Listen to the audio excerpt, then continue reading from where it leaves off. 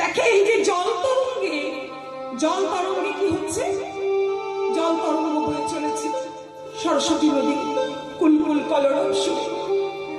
আর এই সরস্বতী নদীর জল তরঙ্গের একদিক থেকে কে যেন একটি নীল বর্ণ শিশু আসে, আর অন্যদিক থেকে আসছে আমার শ্রীমতী রসময়ী বৃন্দাবনেশ্বরী রাধারানী।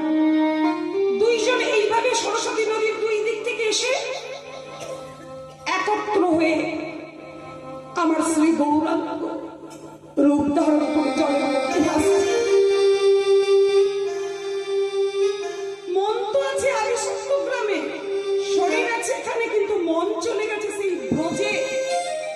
আর সরস্বতী নদীর জলকে ভাবছেন শ্রী যমুনা, যমুনার জল। আর এই যমুনার জলের মধ্যে আমার রাধা কৃষ্ণ মিলিত তনু এক হয়ে আমার গোড়া অবতার সার গোড়া ধারণ করে নিয়েছে। আর এই শ্রী গৌরাঙ্গকে দেখে রঘুনাথ বলছে,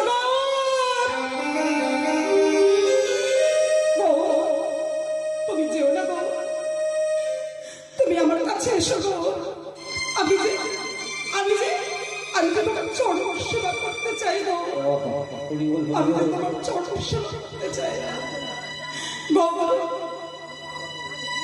কি জপছে আমার রঘুনাথ পদকর্তা এক পাশে দাঁড়িয়ে বলছেন, কৃষ্ণ কেশব কৃষ্ণ